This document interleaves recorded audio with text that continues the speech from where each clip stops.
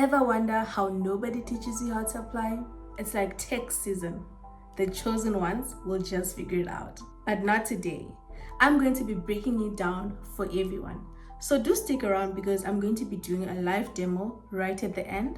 Hi fam, I'm Kuda Christine, a software engineer based in South Africa, and in today's video, I'll be sharing a list of things that you have to keep in mind before and during the process of applying to a uni or college. So let's go. Number one, you need to decide what you want to study and where. Is it a diploma, a certificate, or a degree? Do not worry if you're not 100% sure, just have a main pick and a backup. Then the second thing you want to do is find the right courses. All universities have brochures and prospectus listing exactly what they offer. And you will find these on their websites under headings such as courses, prospectus. Definitely download them because they're totally free, and you will see which qualifications and campuses are available. This is a very important thing because a university can have multiple campuses across different locations. So you want to factor that in as well when choosing an institution that you want to study at. So when it comes to institutions, you need to keep in mind that some universities and colleges are more academic, meaning they focus on research and theory more. Then there are colleges and technical universities that are more practical, career and skill based. And honestly, there is no better option. It's more about what matches your goals. So before we go any further, I just want to define what an APS score is because I'll be referencing it in the next point to come. So nearly every institution uses an APS score. An APS stands for Admission Point Score. This is basically the points you earn in your last high school grade. In South Africa, that would be grade 12. The better the marks, the higher the score. So every qualification has a minimum APS score that's needed. So definitely check your APS score against the points that you want. In other regions and other countries, the APS score is referred to in a different manner or wording, but it's definitely there. So that brings us to the next point. After knowing the requirements for the courses that you want, now you need to just know your details, or rather prepare them. This means you need to gather your documents, which is your ID. In most cases, needs to be certified.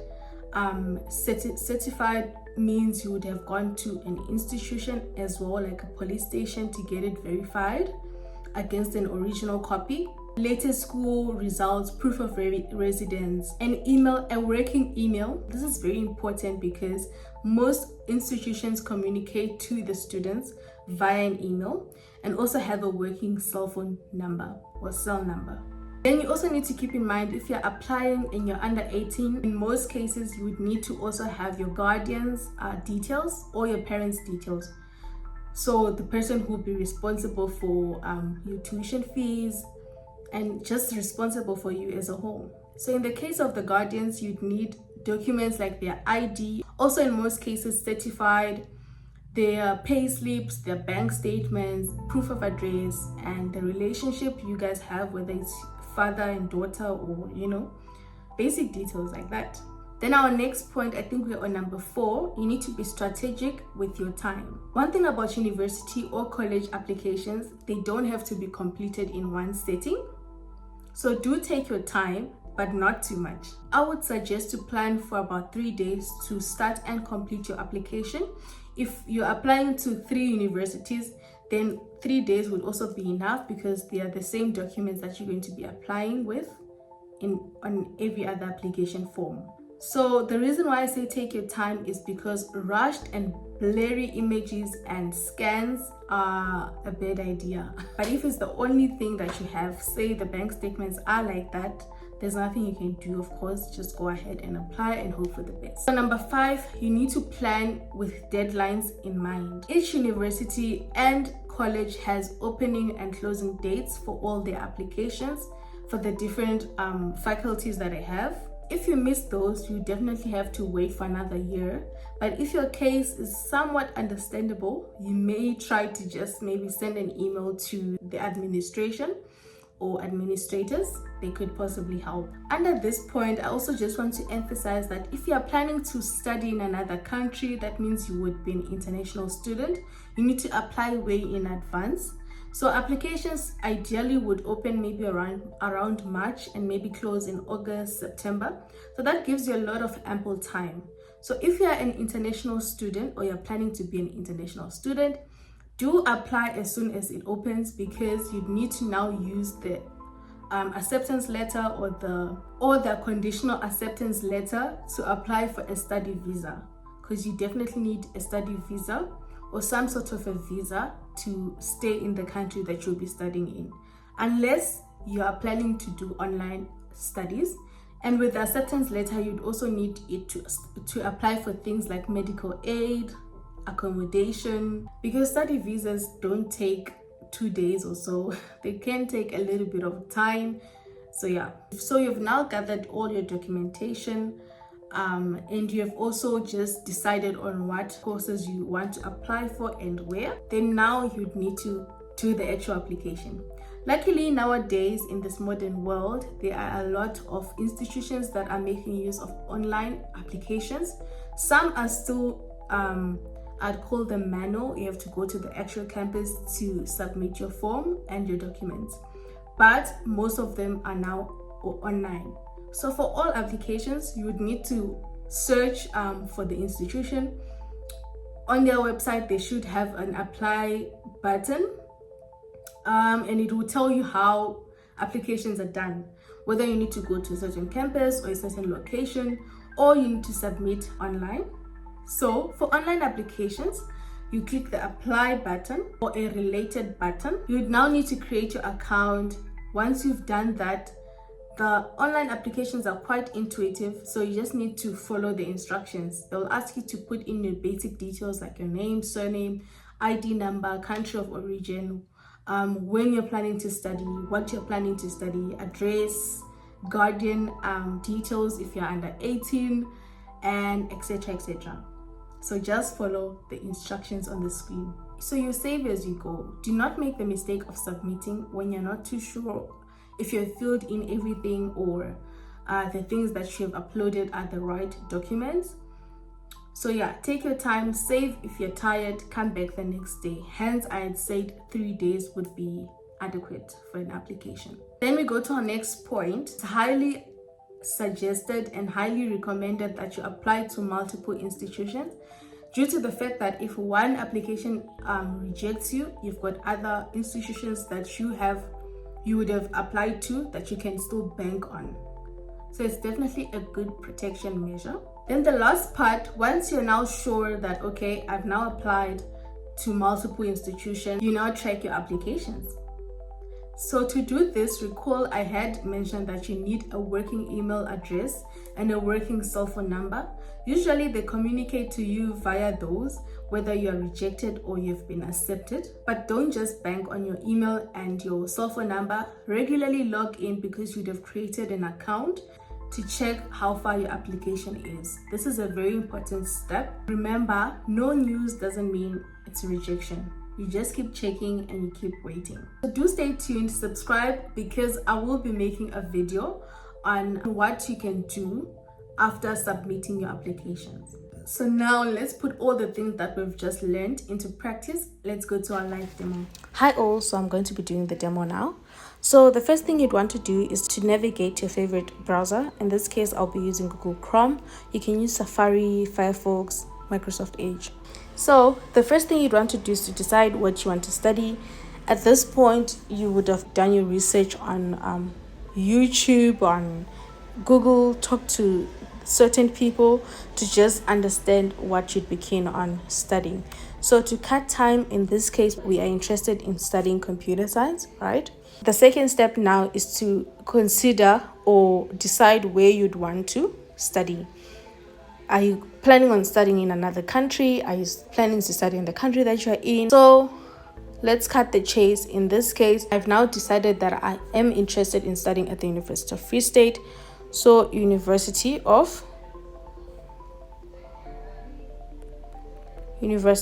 Free State. Okay, so now once you're in, you go to their website.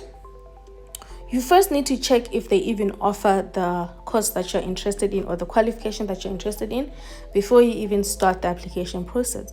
So you go to study at UFS or any related wording. You go to undergrad if you're planning to do an undergrad degree, or you go to postgrad. In this case, undergrad, and we're going to go to prospectus. Recall we did mention prospectus and brochures.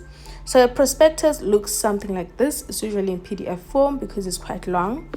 It tells you all the disclaimers, welcomes you, gives you a brief about what they are all about, their campuses and where they're based, and then the faculties that they have, and most importantly, the courses or qualifications that they offer, and with their requirements. So as you can see, recall we talked about an APS score. In this case, it's called an AP, which means admission point. So for a BCom degree, you'd need a AP score of 28. With these two subjects, you must have done English and mathematics with at least 50% for each. So we are interested in studying computer science. It's definitely not in the Faculty of Education. So we skip that. It's not health sciences. It's not law. It's not agriculture. Maybe it might just be there. Okay. For UFS, computer science falls under that. Yeah, it does. So as you can see here by the last parts, we can see there's computer science and chemistry, computer science. There is no computer science on its own. So these are the things you'd need to consider. So if you're looking for just computer science, it's not worth even trying to now apply, right? Unless you are willing to consider applying computer science with a major, or that's majoring in something, right? So say, okay, we are fine in just doing computer science and business management as long as there's computer science in it, right? So we are looking at the last option. The AP score is 32. Okay, nice. English 50% and mathematics 60%. So you'll now look at your results, your latest results, and if you're not sure how to calculate them, you go on the application site. They will calculate for you. So if you can see that you're a little short of those points or those marks, do still apply. It's better to get that rejection than to reject yourself before, or exclude yourself from the decision before it even starts, But now we've decided, okay, that's what I want to study. I somewhat qualify, or I do qualify. You click the apply button and you click on the online application button. Right. So once you get here, you're almost really done. So the start application will generally give you important information like when these applications opened, when they're closing, people to contact if you're stuck, if you need to ask questions. You can WhatsApp, you can call, you can either email. Any of those are available, and a little information about the international applicants. And the requirements basically. Right, so you can see the closing dates for the different departments. So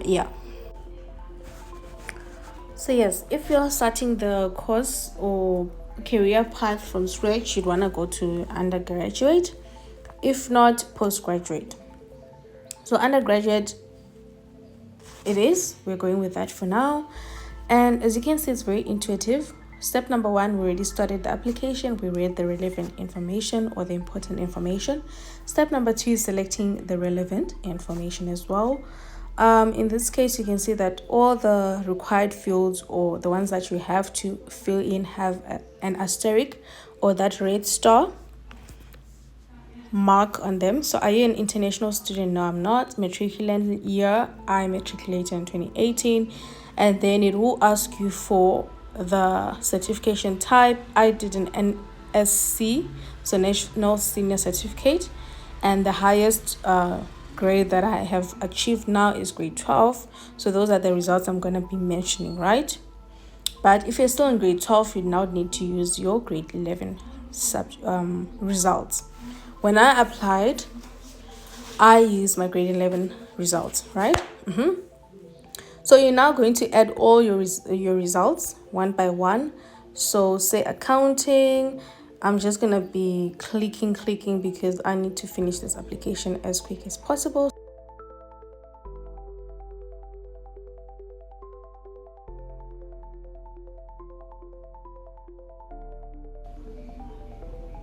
Okay, right, so I've now put in all my details. As you can see here, it will calculate your APS score, but not all of them do that. Okay, so as you can see, my admission point score is 48. That's good. So I'm just going to confirm all of these subjects that I've just put in, and then it's now going to ask me for the study choices, right? So as you can see, we're already on step number 3. Step number 4 would be verification, probably verifying your email and phone number to see if they're active, because those are the main points of action or points of communication. Number 5 would be personal information, my ID, name, surname, etc. Uploads, which should be my results, identification, documents and stuff. Then step number 7 would be agreeing to this whole process of application, or applying rather. And then the last step is just clicking that complete button. So yeah, I don't think I would need to go any further. The application is already here. So in this case, you'll choose 3 options. If you have any tertiary background, or you've done any higher certificate or a diploma or a degree, you now add your qualification there. If you don't, then you just tick that to be a no. Current activity, I am currently working, and then I put my high school information, the name of my high school, the province I studied at, and the school's name. Do you require financial aid? If you do mention yes. Are you interested on campus housing, which means are you interested in staying on campus, or you want to stay off campus, meaning it's a private accommodation. And then the achievements that you had, were you in leadership, did you do any sports, and etc. Once you're done, you click next. In this case, it won't allow me because I didn't fill in the rest of the information, but because the video is getting a little bit too long, if you do have any questions, do mention them down below. I will definitely answer. And yeah, but if you are not comfortable with that, you can still call those numbers that you first saw on the first screen of starting the application, right? So guys, that is basically it. That is how you apply to any university or college. It's usually most of the times the exact same process. You find the apply button, you click on apply, you follow the instructions. The application form is designed to not be difficult at all. And that's how you apply to a university or college without any admin stress or confusion. Take your time, review your documents, and apply early. So do stay tuned, because on our next video, I'll be showing you what happens next, how to check your application, what to do if you're rejected, and your best steps forward after applying. Hit subscribe, share with your friends, and see you.